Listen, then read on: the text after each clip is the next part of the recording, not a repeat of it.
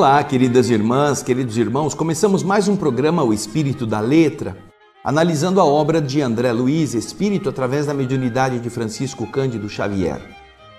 Mais uma vez voltamos ao livro Evolução em Dois Mundos para completar o capítulo 13º.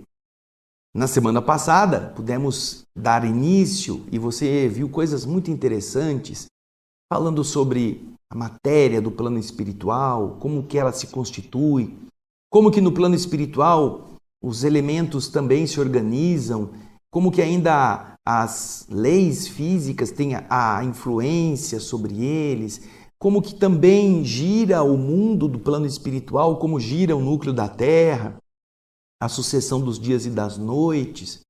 Tudo isso é muito interessante porque nos ajuda a entender todo um conjunto de informações que o mundo espiritual, não apenas espírita, nos tem passado. Existem vários livros, inclusive, escritos por vários médiuns de outros países. Existe um médium protestante, um inglês, e ele faz desenhos de cidades no plano espiritual que são surpreendentes e muito próximos daquelas descrições de André Luiz, e ele não tem nada de espírita, não tem nenhuma ligação conosco, inclusive tinha uma outra religião. Todas estas são informações muito preciosas e que eu acho que você poderá entender que se trata de um fato que é constatável em muitos lugares. A existência de uma dimensão, de um outro lugar, porque se você mesmo pensar, quando você dorme, você sonha, você vai para lugares, não é mesmo? Lugares que são diferentes do mundo físico, mas que são físicos. Você encontra com pessoas, você encontra horizontes, iluminações distintas, você tem contato com uma outra dimensão. Às vezes, é claro, você sonha com coisas da Terra, mas tem outras vezes que você sonha em lugares muito diferentes. E tudo isto demonstra que nós estamos em contato com essa outra dimensão, para onde nosso espírito vai, com a densidade própria do espírito. Agora nós vamos continuar o mesmo capítulo 13º, no subtítulo Centros Encefálicos. Este é um subtítulo que tem várias terminologias, várias coisas assim técnicas. Para que você não se assuste, nós fizemos um resumo procurando pegar o que é o principal deste subtítulo. Vamos então ver agora o resumo que eu, André Luiz Ruiz, preparei para que depois a gente possa ir ao texto na sua integralidade, os centros encefálicos. Vamos ao texto do resumo. O pensamento, diz André Luiz, nesta parte, o pensamento é o fluido em que seus mais íntimos sentimentos e desejos ficam impressos e definidos. Descoberta esta que acontece pela constante passagem da consciência do homem, que é o espírito consciente, pelo plano espiritual. Esse novo plano que se divide em vários setores de ação e de luta. Como a gente vai e volta, cada vez que a gente vai para o outro lado, a gente vai mergulhando nesses sentimentos, desejos que ficam impressos e definidos e que nossa mente vai gerar isto. Continua então nesse subtítulo explicando que dentro do seu cérebro, os chakras coronário e cerebral ou frontal se associaram em movimento sincronizado de trabalho e sintonia, graças à supervisão dos orientadores divinos. Você se lembra que nos programas anteriores nós mostramos os centros, aqueles chakras, aquelas cornetas que saíam do alto e da frente e que elas estão reunidas no mesmo centro, praticamente no diencéfalo, onde elas fazem um consórcio, uma afinização bastante importante, produzida pelos espíritos superiores que estão organizando isso. E cada um desses centros tem uma função específica, que o resumo vai estar destacando. Vamos lá. Ele está dizendo que, a seguir, depois de os orientadores terem já providenciado esta esta assimilação dos dois centros de força, explica André Luiz o papel desses dois centros, o coronário e o cerebral. Papel esse que eles desempenham nas funções e controles que garantam ao espírito o domínio do corpo pelo qual ele se expressa.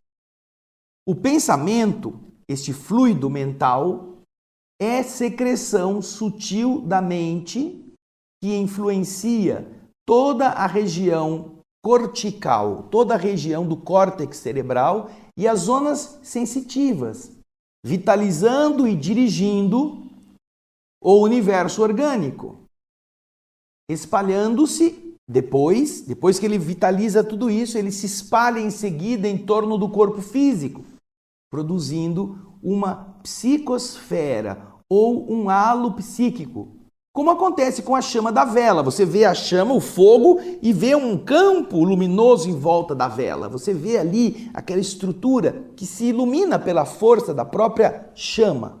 Então ele está dizendo que o pensamento, esse fluido mental que a gente produz, primeiro ele inunda nossas células cerebrais e depois ele se expande. Lembra dos primeiros programas que nós mostramos os campos vibratórios, lá naqueles vídeos feitos pelo Ibis? É aquilo, ele está dizendo aqui. Vamos voltar ao resumo. Esse fluido ou matéria mental é mensurável, ou seja, dá para medir, e possui propriedades químicas e eletromagnéticas, como acontece na tabela periódica dos elementos químicos terrestres. As inteligências superiores podem efetuar surpreendentes combinações desses fatores e produzir novos elementos com vistas a certos fins, como a química humana já é capaz de produzir e sintetizar novos elementos como o netúnio, o plutônio, o americium e o cúrio. Esses elementos não existiam na Terra, foram sintetizados em laboratório, com características específicas. Da mesma forma, as inteligências superiores podem usar o seu potencial e plasmar combinações diferentes, produzindo novos elementos para determinados fins específicos. Esses centros encefálicos, então, eles têm funções próprias. E agora nós vamos ler o texto. Não se assuste com as descrições que ele faz de nomes, de lugares encefálicos, de troncos e outras subdivisões da biologia do cérebro. Não se preocupe com isso. Nós estamos decodificando o que é importante. Vamos então agora ao texto de André Luiz. É, portanto, em novo plano, que se divide em vários setores de ação e de luta, que o ser desencarnado, agora relativamente responsável, vai conhecer o resultado de suas próprias criações na passagem pelo campo da terra, pelo campo carnal, através dos reflexos respectivos em seu pensamento, o fluido em que se lhe imprimem os mais íntimos sentimentos e que lhe define os mais íntimos desejos. Tudo que ele sente e que ele pensa fica plasmado fora dele e ele vai encontrar-se com isso do outro lado. Aí, continua André Luiz explicando, com a supervisão dos orientadores divinos, dentro do seu cérebro se combinaram, se associaram o centro coronário e o centro cerebral, ou centro frontal, em movimento sincrônico de trabalho e sintonia. Os dois trabalham juntos. Por intermédio do centro coronário, o primeiro, a mente administra o seu veículo de exteriorização, o seu veículo físico, utilizando-se a rigor do centro cerebral, que é o segundo, que lhe recolhe os estímulos, transmitindo impulsos e avisos, ordens e sugestões mentais aos órgãos e tecidos, células e implementos do corpo pelo qual ele se expressa. E assim como o centro cerebral se representa no córtex encefálico por vários núcleos de comando, então o centro cerebral se espalha no córtex cerebral para todos os centros do comando que ali se encontram, controlando o quê? sensações e impressões do mundo físico, do mundo da sensação, o centro coronário, através de todo um conjunto de núcleos do diencéfalo, a parte mais central do nosso céfalo, do nosso cérebro, ele possui no tálamo, para onde confluem, para onde convergem todas as vias aferentes à cortiça, todas as vias ligadas à cortiça cerebral, com exceção da via do olfato, que é a única via sensitiva de ligações corticais que não passa por ele. O centro coronário oferece vasto sistema de governança do espírito. O coronário governa todas estas outras áreas da sensibilidade, que estão vinculadas no diencéfalo ao tálamo.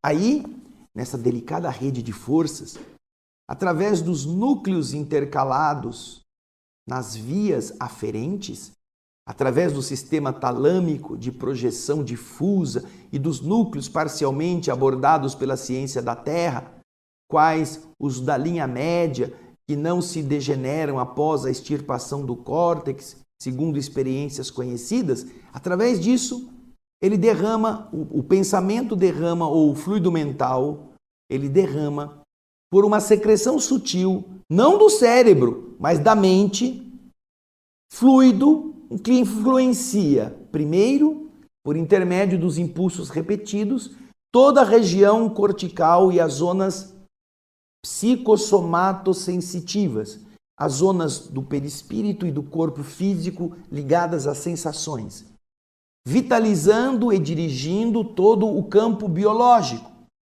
Primeiro ele faz isso, o pensamento interfere nessa área total, para em seguida, atendendo ao próprio continuismo do seu fluxo incessante, espalhar-se em torno do corpo físico da individualidade consciente e responsável pelo tipo, qualidade e aplicação do fluido, organizando-lhe a psicosfera ou halo psíquico, como acontece com a chama de uma vela, que, em se valendo do combustível que a nutre, estabelece o campo em que se lhe prevalece a influência. Então, para um pouquinho. Você vai ver o quê? Você vai ver o cérebro, primeiro aurindo do pensamento cósmico, do fluido cósmico e transubstanciando no seu próprio pensamento as energias necessárias para administrar todas as sensações do corpo físico. Então você imagina o seguinte. Você conhece aquelas máquinas de fazer fumacinha, já viram? Que faz vaporização da água. Você compra um daqueles que é muito fácil de você comprar, até pela internet, você compra um negocinho que fica vaporizando a água. Aí o que acontece? Você coloca ela num recipiente, começa a fazer vapor, começa a fazer uma nuvenzinha. É até bonito, quem tem aquário usa isso, quem tem fonte, fica uma fonte bonita, porque a luz bate naquele campo, parece uma nuvenzinha. Só que você vai perceber que ela vai até o limite do recipiente.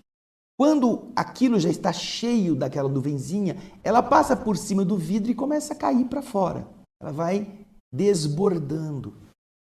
Essa imagem é mais ou menos a mesma desta ação do campo mental, que primeiro impressiona toda a área sensitiva para governar o corpo físico, mas que continua fluindo incessantemente. E então este campo vai se expandindo para o redor do próprio indivíduo.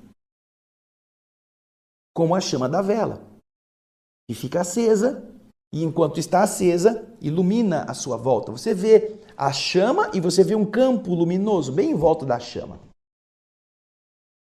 Esta é a imagem. Aí ele continua no texto, vamos voltar. Esse fluido ou matéria mental, olha só, tem sua ponderabilidade. Ele pode ser medido, pode ser pesado. E as suas propriedades quimio-eletromagnéticas específicas. Cada pensamento, cada mente produz matéria que pode ser medida e tem propriedades eletroquímicas, eletromagnéticas próprias, definindo-se em unidades perfeitamente mensuráveis, como acontece no sistema periódico dos elementos químicos no plano terrestre, compreendendo-se que, em círculos da inteligência mais evoluída, surpreendentes combinações dos fatores conhecidos podem ser efetuadas com vistas a certos fins, como acontece atualmente na Terra, onde elementos como o Netuno, o Plutônio, o Americio e o Cúrio podem ser artificialmente produzidos. Então, você já vê aí que André Luiz está dizendo, com as palavras um pouco complicadas, com aquele negócio de tálamo, hipotálamo, núcleos aferentes, essa coisa de médico. Exatamente aquilo que nós colocamos no resumo. Ou seja, os centros cerebrais unidos trabalham absorvendo o pensamento cósmico, o fluido cósmico universal, transformando em subproduto do seu próprio pensar, e este subproduto vai chegar aos centros que estão precisando de ser influenciados no nosso córtex, no nosso diencéfalo, a parte central, onde está a hipófise, a epífise, aquela parte nuclear que comanda, que governa o restante. E depois que já está com tudo isso influenciado, como mergulhado naquela nuvem, ele se expande, ele não fica ali apenas, não fica apenas no cérebro, ele extravasa e cria uma psicosfera. E cada pensamento tem uma característica química específica. Cada coisa que o pensamento produz tem uma ponderabilidade e tem uma característica que pode ser medida. Nossa, já tinha pensado nisso? Nós vamos agora ver um pouco mais. Na sequência, André Luiz vai revelar coisas muito importantes que você deve estar atento, porque isso tem a ver com a nossa qualidade de vida. Vamos ao próximo subtítulo, que se chama Reflexão das Ideias.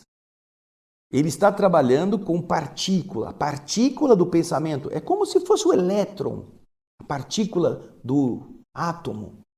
A partícula do pensamento, tanto quanto o átomo, é uma unidade essencial que se subdivide em diversos tipos, de acordo com a quantidade, a qualidade, comportamento e trajetória dos seus componentes. São tipos diferentes de partículas do pensamento.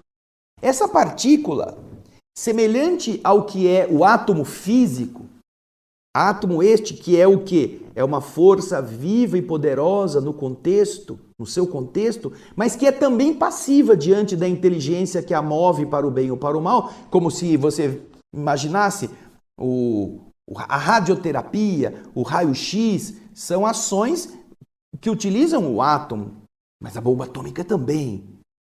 Você pode criar um veneno com base em átomos que são bons para curar. Então é o que ele está dizendo.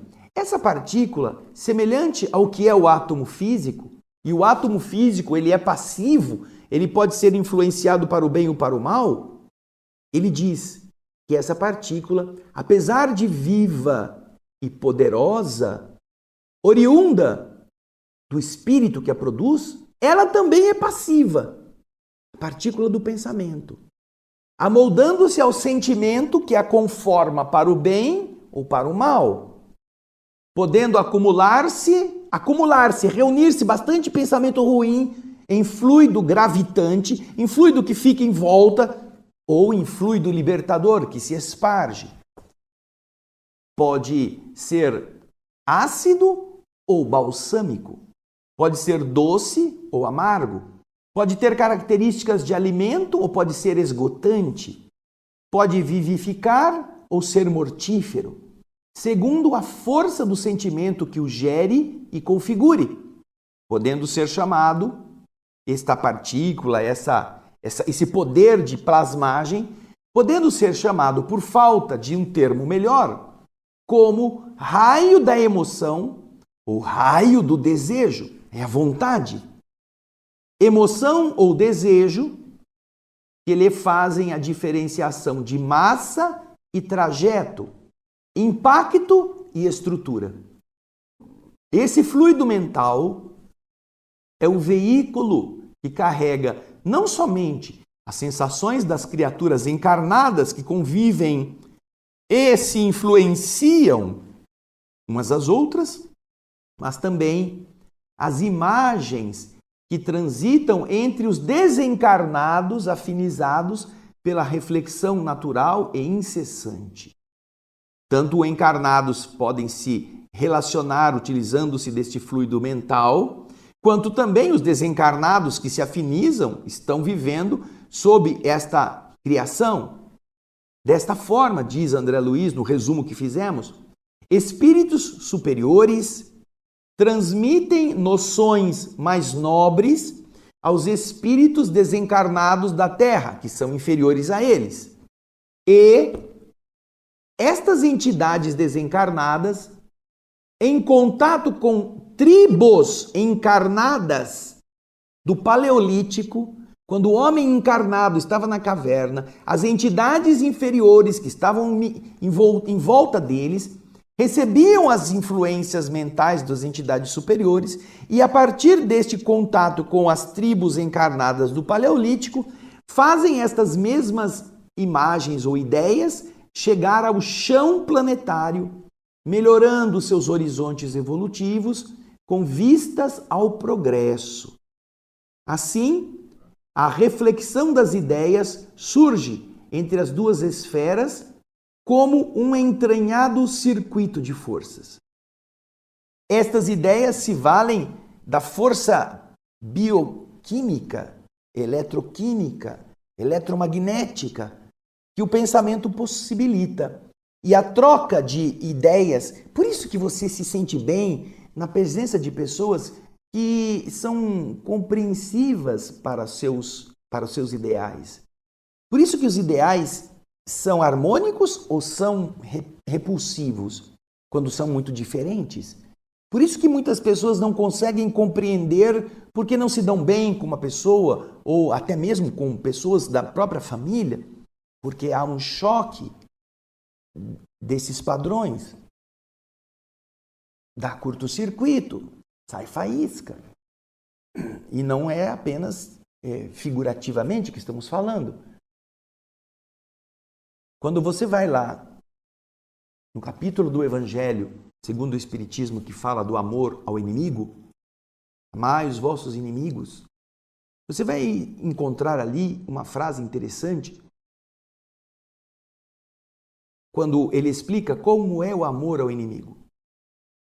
Diz lá, amar o inimigo não é ter para com eles uma afeição que não está na natureza, porque o coração bate muito diferente ao contato de um amigo do que bate ao contato do inimigo. Em verdade, isso se trata de uma lei física, a de assimilação ou repulsão dos fluidos. Está escrito isso no Evangelho segundo o Espiritismo, capítulo que fala do amor ao inimigo. O coração bate bem diferente por causa da repulsão de fluidos, que só a doutrina espírita pode explicar dessa forma. E nós estamos vendo André Luiz trazendo exatamente isto. Como é que a reflexão das ideias vai permitir que, através desta teia eletromagnética, o pensamento superior chegue às entidades de nível inferior e as entidades de nível inferior transfiram pela influência aos seres que estão encarnados. Essa reflexão, um reflete o outro e vai chegando ao ponto do encarnado ter a intuição do que fazer e começar a fazer. No primeiro capítulo deste livro, já faz um tempinho que nós estamos nele, você vai encontrar dois subtítulos interessantes. O primeiro diz, cocriação em plano maior. Cocriação, a criação conjunta de espíritos superiores. E, na parte final, o último subtítulo se chama cocriação em plano menor. Você recebe, então, do plano maior a indução mental através deste fluido que vai sendo refletido nos ambientes menos elevados, para que depois esses ambientes menos elevados possam refletir sobre os que estão encarnados. No caso do Paleolítico e no nosso caso, até hoje funciona assim. Então é uma teia magnética que está fluindo e fazendo com que o pensamento possa ser assimilado. Daí nós vamos encontrar, por exemplo, a explicação do porquê que determinadas descobertas acontecem simultaneamente, praticamente em lugares diferentes do mundo, entre pessoas que não se conhecem, estão pesquisando as mesmas coisas e que de repente elas estão bebendo na mesma teia, na mesma web, numa palavra muito comum hoje, essa web, essa teia de ideias que plasma para todos os que estão em sintonia a possibilidade de captá-las, seja em tecnologias, seja em conceitos vibratórios, seja em conceitos afetivos, seja em conceitos filosóficos. Esta afinização faz com que você se abasteça e abasteça o outro quando existe harmonia. Mas você começa a evitar certas pessoas porque elas não estão batendo, não entendem, não querem entender, não usam dos mesmos princípios de compreensão, não vibram como você se sente receptivo e a ideia dela não entra em você, a sua ideia não entra nela. Não é só uma questão de compreensão, porque de verdade a pessoa tem inteligência para compreender, mas é uma questão de padrão vibratório, ela não sente, ela não está disposta a receber. Por isso é que nós estamos vendo aqui como funciona essa estrutura e que é necessário sempre lembrar que do mais superior fluem conceitos que vão melhorar o mais inferior, seja em termos de espírito, entidades desencarnadas que vão receber, vão se sintonizar, vão captar essas vibrações, seja de encarnados na Terra mesmo, de corpo físico vivo, que vão receber, por sua vez, através do pensamento, esses mesmos impulsos. Puxa, que legal! Nossa, bacana! Já tinha pensado nisso? Você já pensou a respeito? Acompanhe o slide do livro, é o texto do livro. Vamos ver. Reflexão das ideias. A partícula do pensamento, portanto, como um corpúsculo fluídico, tanto quanto o átomo, é uma unidade na essência e se subdivide, porém, em diversos tipos, conforme a quantidade, qualidade, comportamento e trajetória dos componentes que a integram. Vamos parar um pouquinho só para recordar o que eu já disse aqui. No livro Nos Domínios da Mediunidade, capítulo 1, o pensamento gera plasma sutil. A ideia é um ser organizado, ao qual o pensamento dá forma e a vontade dá direção e movimento. A vontade, o querer, o desejo, faz com que a forma que o pensamento plasmou tenha direção e movimento. A partícula do pensamento, como um corpo fluídico, como o átomo, é uma unidade na essência, a subdividir-se, porém, em diversos tipos, conforme a quantidade, qualidade, conformação, tá vendo? Você dá forma pela quantidade, qualidade, comportamento e trajetória dos componentes que a integram. Interessante.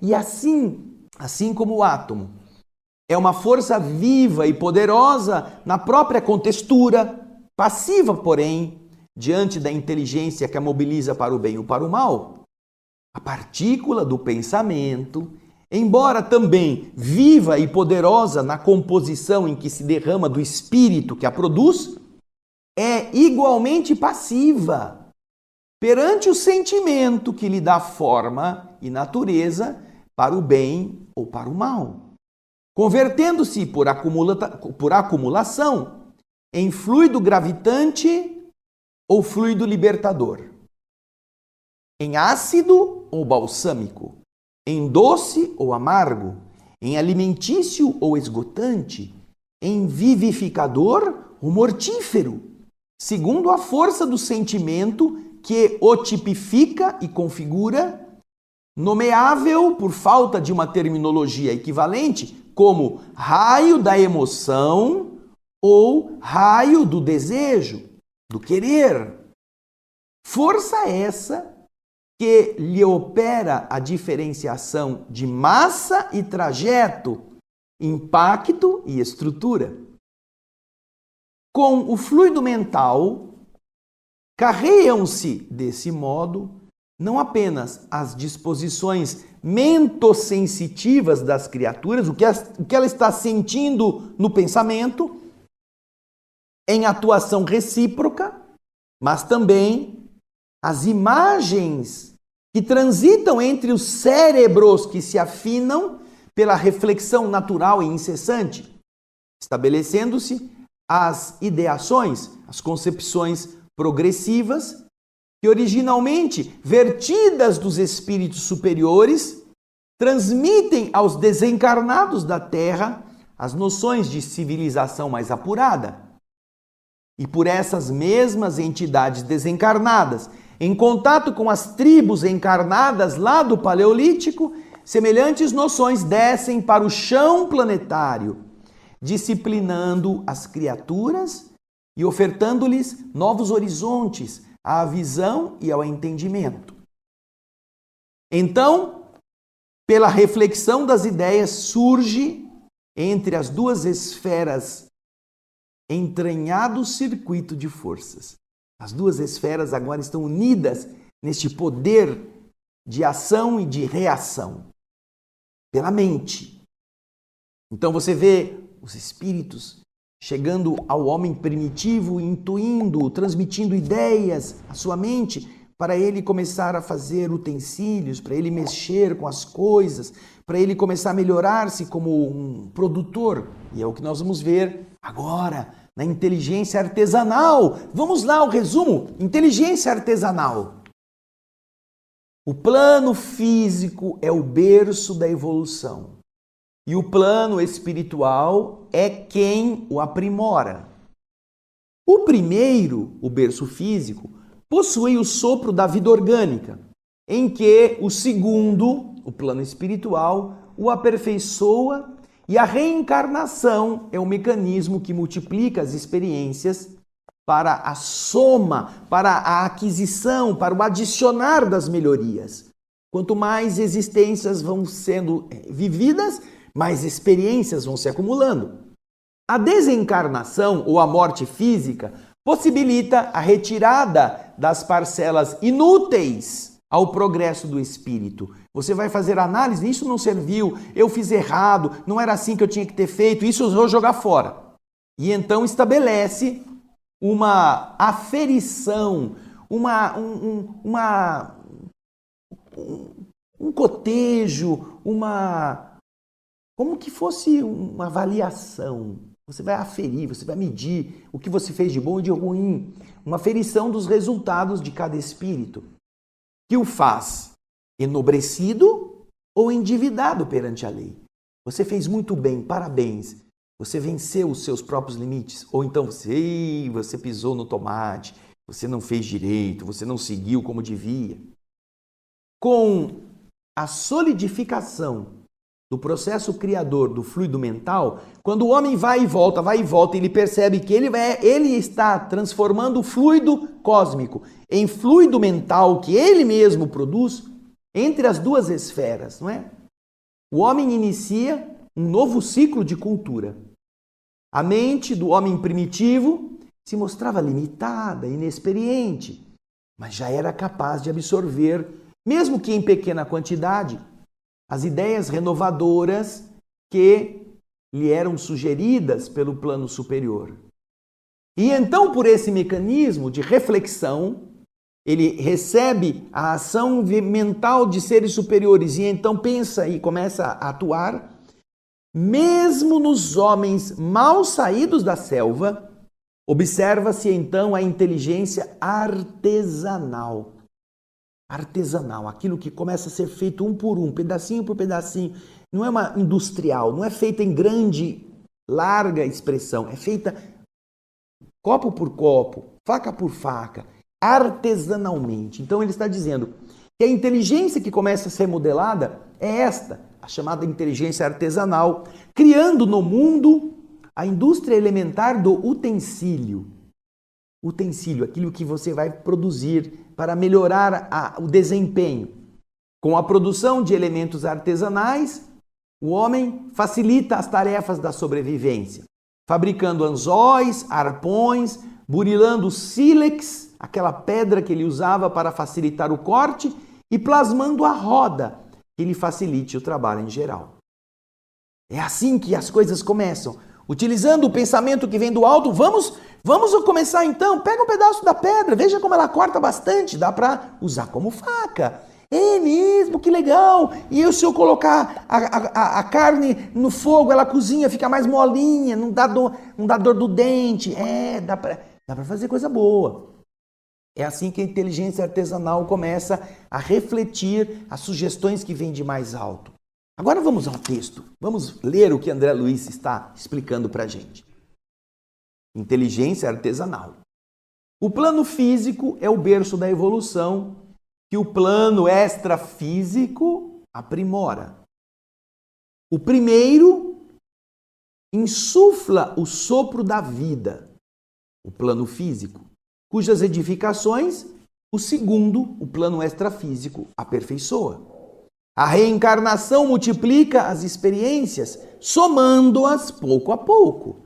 Pouco a pouco o indivíduo vai aprendendo e vai somando sobre o que ele já sabia, alguma coisa nova.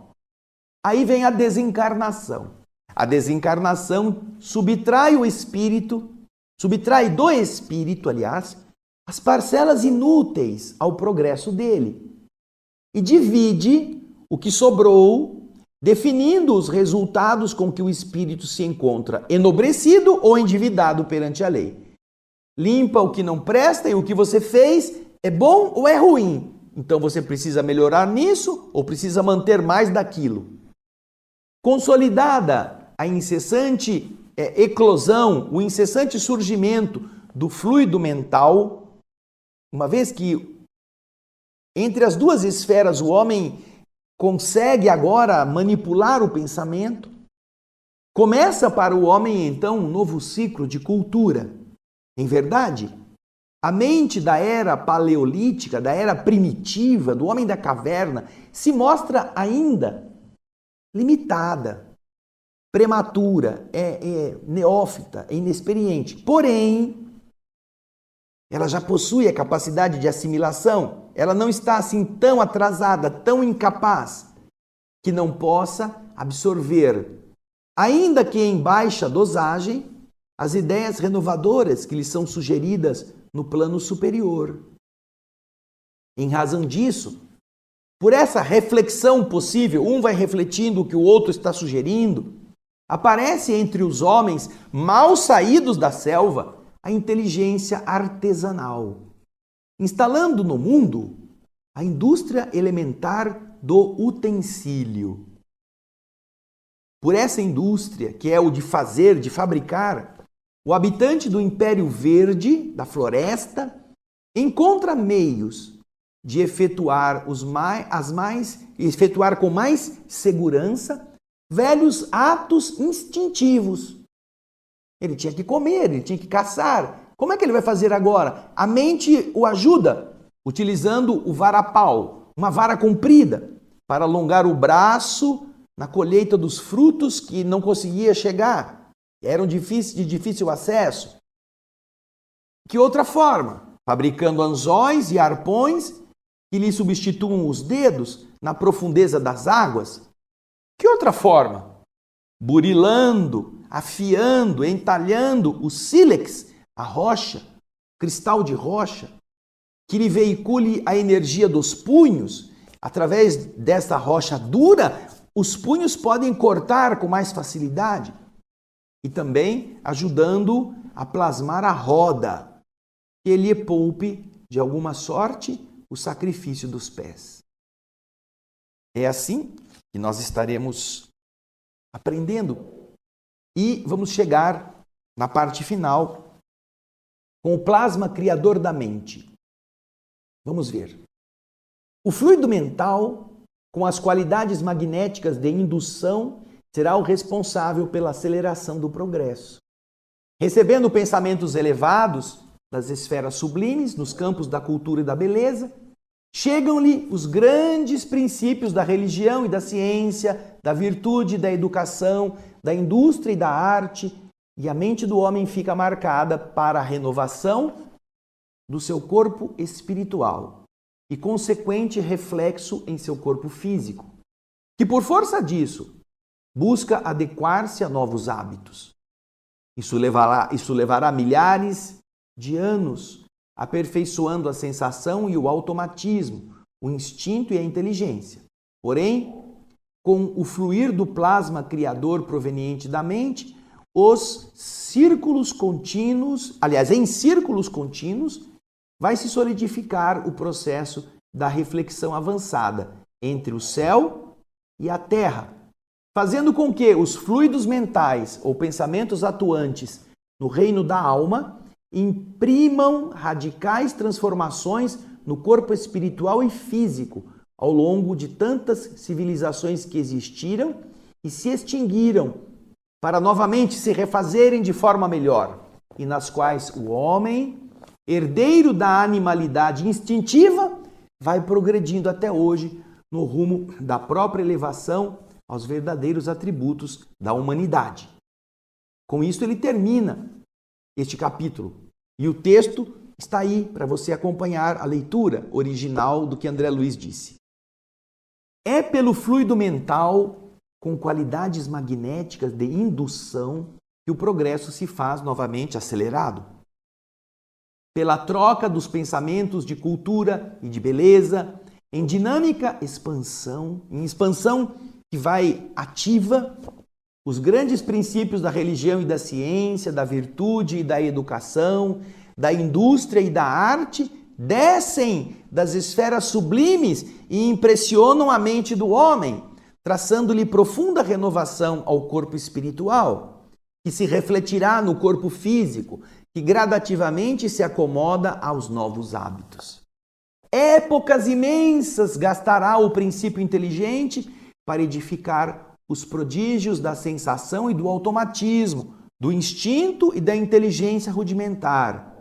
Entretanto, com a difusão do plasma, com o espalhar do plasma criador oriundo da mente em círculos contínuos, consolida-se, solidifica-se a reflexão avançada entre o céu e a terra, e os fluidos mentais ou pensamentos atuantes no reino da alma imprimem radicais transformações no corpo perispiritual e no corpo físico, associando e desassociando civilizações numerosas para construí-las de novo, em que o homem, herdeiro da animalidade instintiva, continua até hoje o trabalho progressivo de sua própria elevação aos verdadeiros atributos da humanidade. Tudo vai se progredir graças a essa troca, a essa reflexão de pensamentos que vêm de mais alto e chegam até o nível do chão. Bonito, não? Semana que vem vamos para o capítulo 14. Simbiose espiritual. Não deixe de ler, porém, antes que a gente faça aqui a leitura. Vai buscando, vai se aprofundando, vai revendo os capítulos anteriores e vai pensando que mundo maravilhoso nós estamos descobrindo que existe e que nos sustenta, para que a gente valorize cada respiração, cada viver, cada experiência da nossa existência como algo a ser transformado para melhor. Pense nisso. Obrigado pela sua audiência, pelo seu carinho. A gente espera você no próximo Espírito da Letra e muita paz.